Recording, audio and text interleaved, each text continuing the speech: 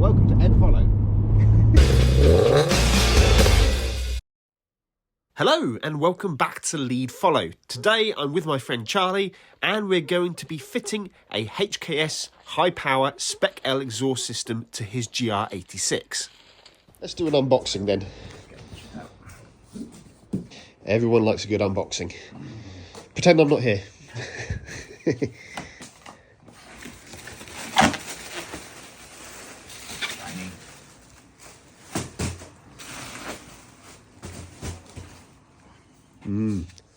Tips. Quite light.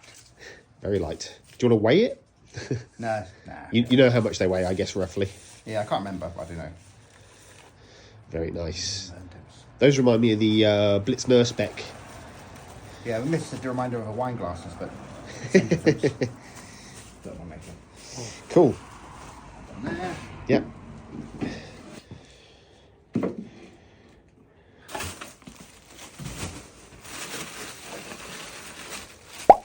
Nice. It's got a Helmholtz. Helmholtz.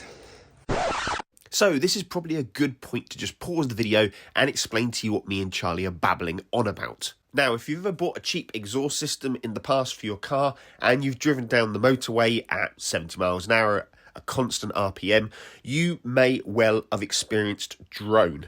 It's that very long, very raspy, annoying noise that basically ruins a long journey because you can't do anything about it. It's always there. Now, Hermann von Helmholtz in the late 1800s invented the Helmholtz resonator, and as you can see here, it's basically an additional piece of exhaust tubing, but it's closed at one end, and this is basically a resonance chamber. So as the exhaust pulses pass through the exhaust pipe, this resonance chamber basically absorbs a lot of the drone and the vibrations so that you don't hear it in the cabin. And it's very good that Charlie's bought himself an exhaust system that has a Helmholtz resonator, because that means it's going to be much easier to live with on a daily basis. It's not going to be annoying or too loud on the cabin, but it's still going to give a really nice exhaust note on the outside of the car. Cool. Awesome. And then I guess we got some gaskets and nuts and bolts and things. Yep, hardware, few gaskets. Apparently you have to reuse the one at the front, which I'm not entirely sure about, but never mind. Yeah. And a sticker, you always got a sticker. Cool. Awesome. So before we remove the factory exhaust, let's first do a cold startup and see what she sounds like.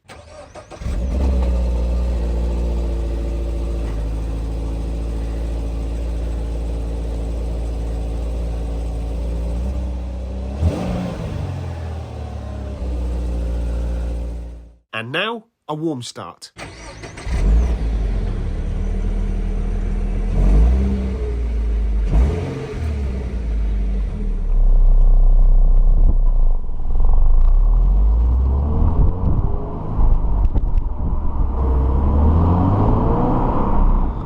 the first time I've been in this.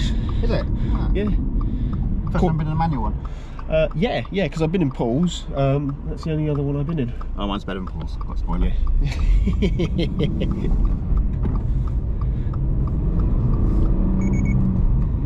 Yeah, I got a rev limit set at 3.8, so. Nice. That's cool. Awesome. Right, so stock exhaust system. And by the way, yes, very nice car. This is only, like I was saying earlier, this is only the second time I've been out on one of these. I went with Dr. Paul, obviously, to Nur in his blue one, but that was an auto. This is the first manual one I've been out in. And yeah, very nice. Got more road noise than engine noise. Exactly. This is the thing. I mean, unfortunately, the stock exhaust is very quiet, but we're going to fix that today. So we're going to just take a little drive here through our favourite roads of the area, our little Nürburgring, all the twisties and turnies, and we'll see what the stock exhaust system sounds like. Of course, this is a very fresh off the line car, and Charlie's got to keep it below 4,000 RPM as it's still in the bedding in period, so we won't be able to max out the revs, but we'll record a video at 4,000 RPM today, and then when it's all bedded in, we can maybe do a follow-up just to add what it sounds like at full chat. Yeah, just done less than 1,000 miles, so. Just less than 1,000. I'll probably wrap it up a bit rather than going all out, but. Yeah, exactly. You'll probably want to get to probably 2,000 miles on it before you'll have the confidence to redline it. Yeah. Like the digital speedo. Yeah, it's cool. But I find you can go for different options as well. So you can go like that stuff. You've got tyre pressures. Yeah. Negotiates corner. Best. Then of course you've got that track mode where it makes the whole display a big rev count, doesn't it? Yeah. So if you stick it into track mode, track you also get graphics. full-time oil temperature, water temperature, just handy. And you can see my enormous orange temporary red line. But yeah, stock exhaust. Far too quiet. Just can't hear it. If you're going to daily it, if you're going to, you know, go to work in it every day, I guess you probably want it relatively quiet because you want to wake up all your neighbours and. My neighbours are all deaf because of highlights. Well, there we go then. I've been dailying the noisiest highlights in the world for the last 4 years, and my other half can literally hear me 5 minutes before I turn up home. Yeah. So I'm not too fussed about noise. The neighbours will be relieved it can still be quieter. Yeah, the one I've gone for is the Spec L for lightweight. Yeah. It's very, very thin stainless steel. Apparently it's comparable weight to a titanium system. Nice. Which is probably an elaborate way of just saving money on the raw materials. Yeah, exactly. And it's sort of other little tips, like all the exhaust hangers are actually hollow to save weight. But Cool. it should have a quite nice sound. I've been trying to watch lots of videos to see, compare. There weren't enough videos on the Apexi, which is one of the reasons I sort of cancelled it and chickened out on it. Yeah. I want to be able to hear it inside because Yeah. you can barely hear the noise. Yeah. Probably also worth mentioning, these cars infamously have a fake engine noise generator, affectionately known as the Kazoo Kazoo, and it sounds awful. It sounds like playing a mid-90s PlayStation game. So is that pumped through the stereo? Is Yeah, it? it comes through the stereo, comes Oh, through God. speakers. It's just an awful thing. The reason I really couldn't get on it, when I test drove it, it's got a slight delay. So when you rev, it's got a slight delay picking up and a slight delay dropping off. Gotcha. When I shift gears and when I you go by sound and feel, Yeah. and it really threw you off. And I really struggled changing gears in the test drive when I was trying to, give it a good old test. And Yeah. it felt unnatural. It felt weird. Yeah. And at first I thought it was the throttle mapping, which is a bit sensitive on these. But then I realised it was actually a delay in the sound. So before I bought the car, I actually went through Toyota sales and I got it in writing and said, look, I want to buy one. It's a nice car. But I cannot live with just standard exhaust. I'm going to have to change it. I want.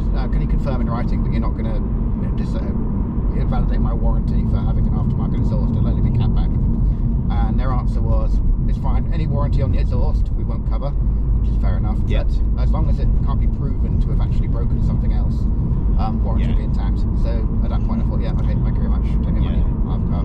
That's cool. Yeah, Toyota are very easygoing about warranties over here. Like even when I had my supercharger fitted, they were like, "No, that's fine. You still have warranty on the car. You probably never have any warranty on the engine because you got that big supercharger attached to it. But otherwise, the body, the rest of the car, suspension is all fine. It will still be covered under warranty. So they're very good about it." But yeah, the actual bore of this exhaust, what is it? A 3-inch exhaust system, 2.5, or? It's 60 millimeters.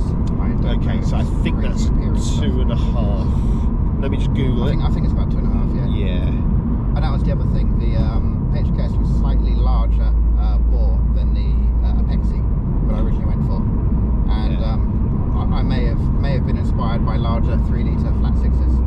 Right. Yes. So when I blow this engine up, I might put a larger engine in, and I don't buy another exhaust. That's exactly it. Yeah. Yeah. So my idea with my BRZ flat 6 is to go for like a 3-inch or at least 2.5-inch exhaust, so I got plenty of flow when I then put the flat 6 in. But I want to do a couple of track days with it still on the 2-litre before I get to there. Cool. So work clothes on, car on the ramp, and first things first, got to get off the old exhaust system. Okay, so Charlie's brought a special tool for removing the exhaust hangers. I think Ed had one of those. I think he did a video with one of those. It's the kind of thing Ed would have. Yeah, well, awesome. The more the merrier. Okay, so let's see what we're up against. Ugh. Okay, so anybody that's got a GT86 will be very at home here because everything appears to be in the same place. I think you've got, an exhaust hanger each side, and then you've got your flange at the back of the back blocks, and then you've got the downpipe, which has got another exhaust hanger up there, and then all the way down at the bottom there you've got the front flange that goes onto the back of the secondary cat. So let's start undoing bolts. Okay, 14mm spanner on the flange. Do you need another 14 on a socket the other side or something? I don't want to overdo it. I mean, yeah, you should be able to just get off with, yeah, because it's all new, isn't it? Yeah. Now I need a 14 on the other side. Let's get them loose first. Okay, cool.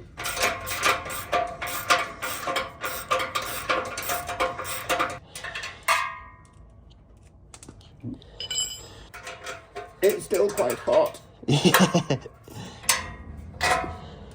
Right. Okay, is it freed? Yeah. Sweet. So you've got one hanger right behind, left of the diff there. Yeah. Sorry. So I think I'll go and undo the other. Probably go and undo the front first. The other end? Yeah, Yeah, fair enough.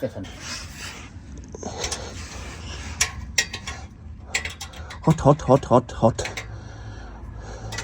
There's an offensive amount of Subaru branding under here. That'll be the Subaru. I have to say, owning an 86 makes any Toyota owner a big Subaru fan, because I just like the way Subaru make Toyotas. Do I have to put on those weights, shave my head and get a 555 jacket now? Obviously, yes.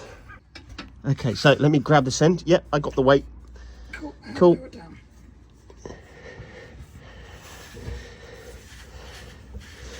Let's drop it on the floor, probably. Yeah, you sure? Okay, cool.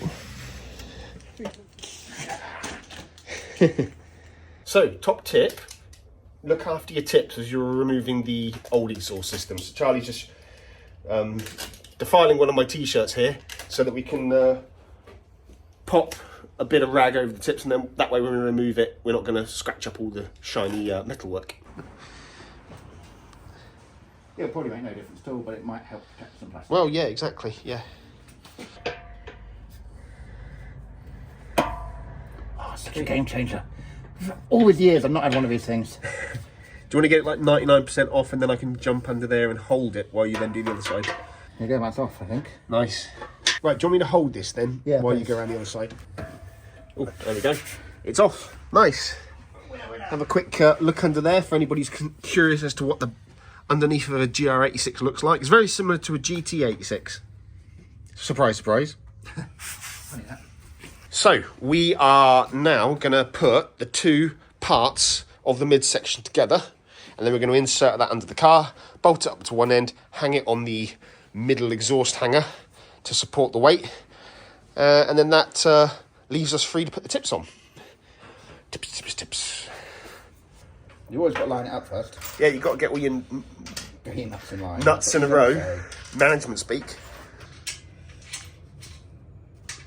Right, I'm not going to tighten this up fully. No, that's fair enough. Because we don't want to crush the gasket. We might need to adjust it once it's on. Sure, yeah, makes sense. Or shall we tighten it up? To be honest, that's a very specific angle there. So I would say that probably... There isn't much movement in that, is there? No, there isn't.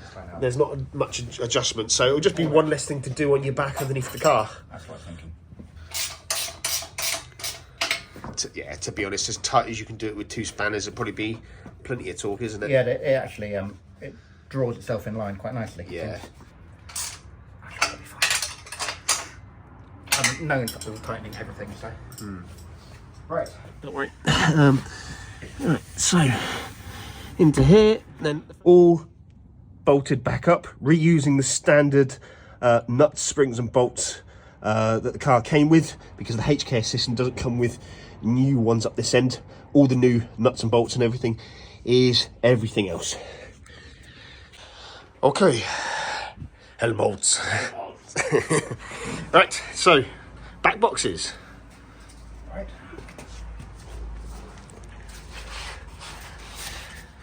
I guess the good thing is, because you've now got two smaller tips, it's much easier to concentrate on one side at a time, unlike the stock system, which you've got to kind of Got to hold up both ends of it. Yep. That's why I keep the bubble wrap on the tips. Nice. Do it. Now, do you have a little circular gasket you think in there, or have you already put it in? I've not put it in yet. Okay, do you want me to go get it for you? I've got it here. Have you? I'm buying it. Sorted.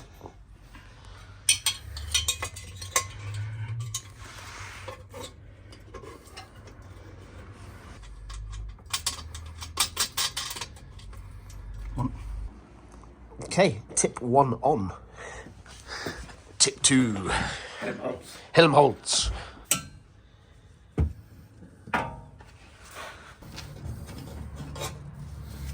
Okay.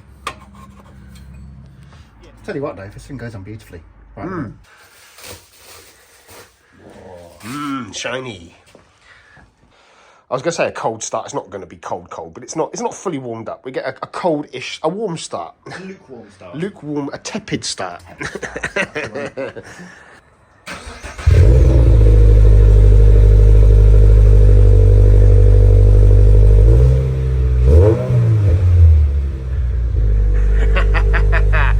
That's the way it should sound. Okay.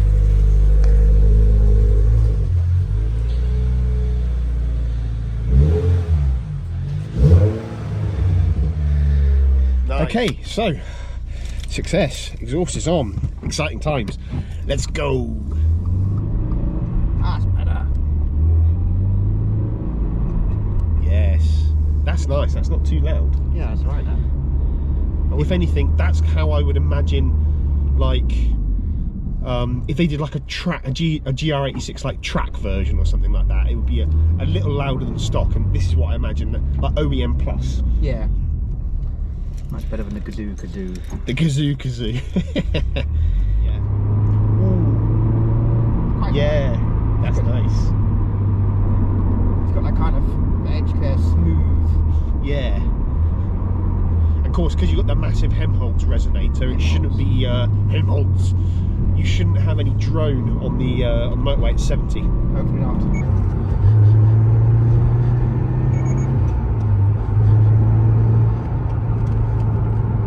Yeah, very nice.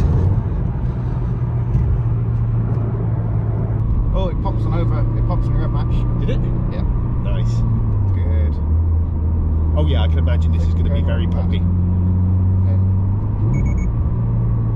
Little bit of a grumble. Shut up.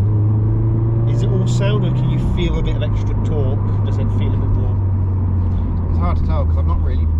You have to drive in anger. To be Yeah. honest, it felt like it picked up quicker when I came out earlier, but that may have just been.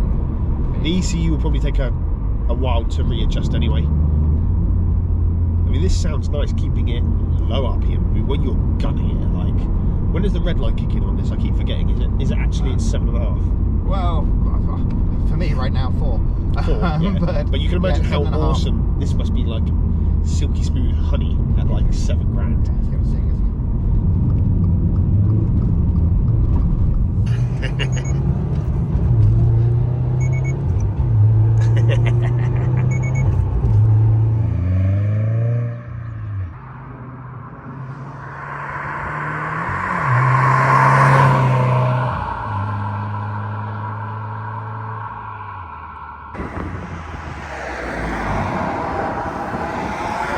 So that was cool. Of course, Charlie's got to keep it to 4,000, as we mentioned, but it sounded really silky sweet, actually. I'm so excited to seeing this thing actually at full peg. Oh, me too. Of course, quite a lot of traffic on our favourite roads today, so I saw you got stuck behind something, Polo, something like that. But cool. So, pint now, I think. Pint. So I guess that's probably a good place to wrap up this video. So thank you very much for watching. Thank you, Charlie, for bringing out your car today, for letting me play with it, and yeah, see you next time. Bye bye. Bye.